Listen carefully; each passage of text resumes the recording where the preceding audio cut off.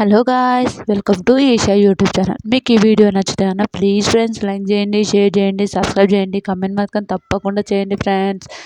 లత్కోర్ Harish, Nagarjuna sir లత్కోర్ హరీష్ అన్నాడు.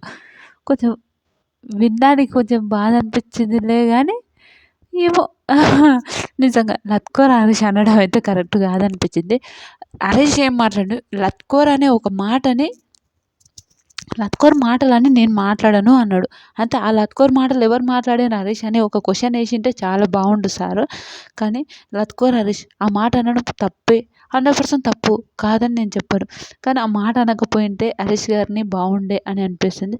తర్వాత ఈ ప్రియ ఒకటి ఏం మనిషో అర్థమే కాదు. ప్రియ సార్ ఆ వర్డ్ యూజ్ చేయకపోయింటే బాగుండే సార్ అని అంటది. ఎందుకో ఈ అమ్మాయి నాకు అస్సలు అర్థం కాదు.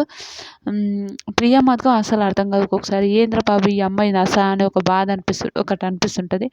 కానీ హరీష్ ఆ మాట అనడం తప్పు. సార్ కూడా మీ ఇంట్లో వాళ్ళందరూ నేను లత్కోర్ అని అనంటే బాగుంటుందా అని అంటే, సార్ నేను ఆ పదాన్ని అందుకు యూజ్ చేయలే అని అంటే ఆయనని ప్రతి వీక్ ఓ మాట తిడుతూనే ఉన్నాడు.